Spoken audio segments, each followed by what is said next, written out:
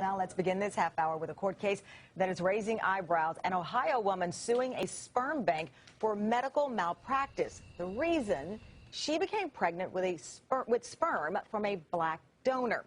NBC's Katie Turr is here with more. Katie, good morning. Good morning, Tamron. Jennifer Cramblett says it was a one-number mix-up that resulted in her biracial daughter. Now she wants the sperm bank involved to pay up.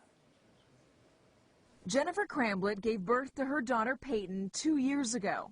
We love her more to this day. She's made us the people that we are. Never trade it for the world. Despite that love, Cramblett is suing the Midwest Sperm Bank in Downers Grove, Illinois, for medical malpractice. Cramblett says she thought she was being inseminated with a white man's sperm, so the baby would look like her partner, Amanda Zinkin. Hence why we chose a blonde-haired, blue-eye individual. According to the lawsuit, after Cramblett was pregnant, she found out she was mistakenly inseminated with an African-American man's sperm instead.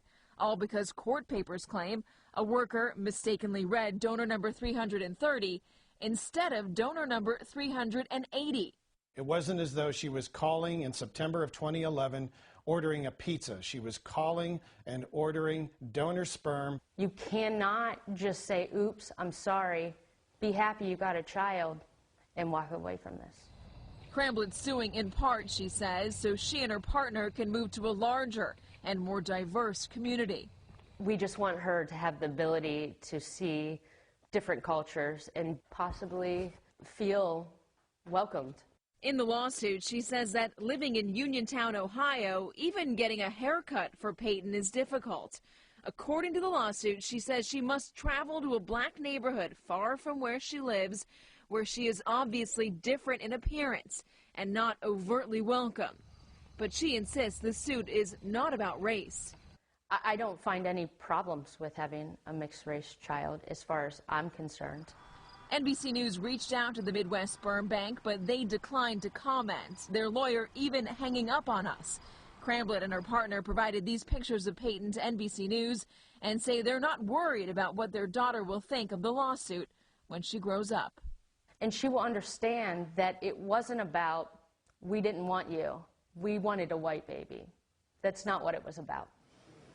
Cramblett says while her family is loving, they don't fully understand her lifestyle as a lesbian. And she's worried about how they'll unconsciously treat her daughter, which is also why she wants to move. Now, she's suing the Midwest Sperm Bank for damages in excess of $50,000.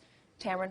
All right, Katie, thank you. There are many layers here, but I am surprised that they write down the information and it's not in a computer and a database. You're trusting a handwritten note on, who the donor is. And not to get into the legalities here, but if there are people in that community making her and her daughter feel anything less than welcome, then shame on them. Absolutely. But we'll have to hear more about that to find out.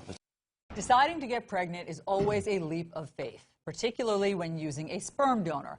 That's why the woman you're about to meet, Jennifer Cramblett, did so much research on the donor and chose the one that she believed would be just the right fit. Imagine her shock when she learned the sperm bank mixed up the sample and she was pregnant with a child of a different race. All right, let's meet her now. Joining us exclusively is Jennifer Cramblett, the mother of now 2-year-old mixed-race girl, and Jennifer is joined by her attorney, Tim Mincy. Okay, thank you guys for joining us. First to you, Jennifer. So, Jennifer, I want you to explain to us what happened here. You and your partner, Amanda, you decide that you want to start a family, so you opt to use the services of a sperm bank. So how did you learn that the sperm that you were pregnant with was from a black man and not a white man as you had ordered? Well, we actually, 5 months into the pregnancy, we had called to try to get some more vials for the second pregnancy for Amanda. And when I called to order that sperm and those vials, I asked them for 380, and they came back on the line and say, I do believe we've sent you donor number 330. Are you sure that's not what you asked for? And I obviously said no. My donor number is 330 or 380, and they came back on the line and said, well, unfortunately, I think we've aired up and sent you 330. Did they tell you then that the sperm you had gotten was from a black man? How did you find out?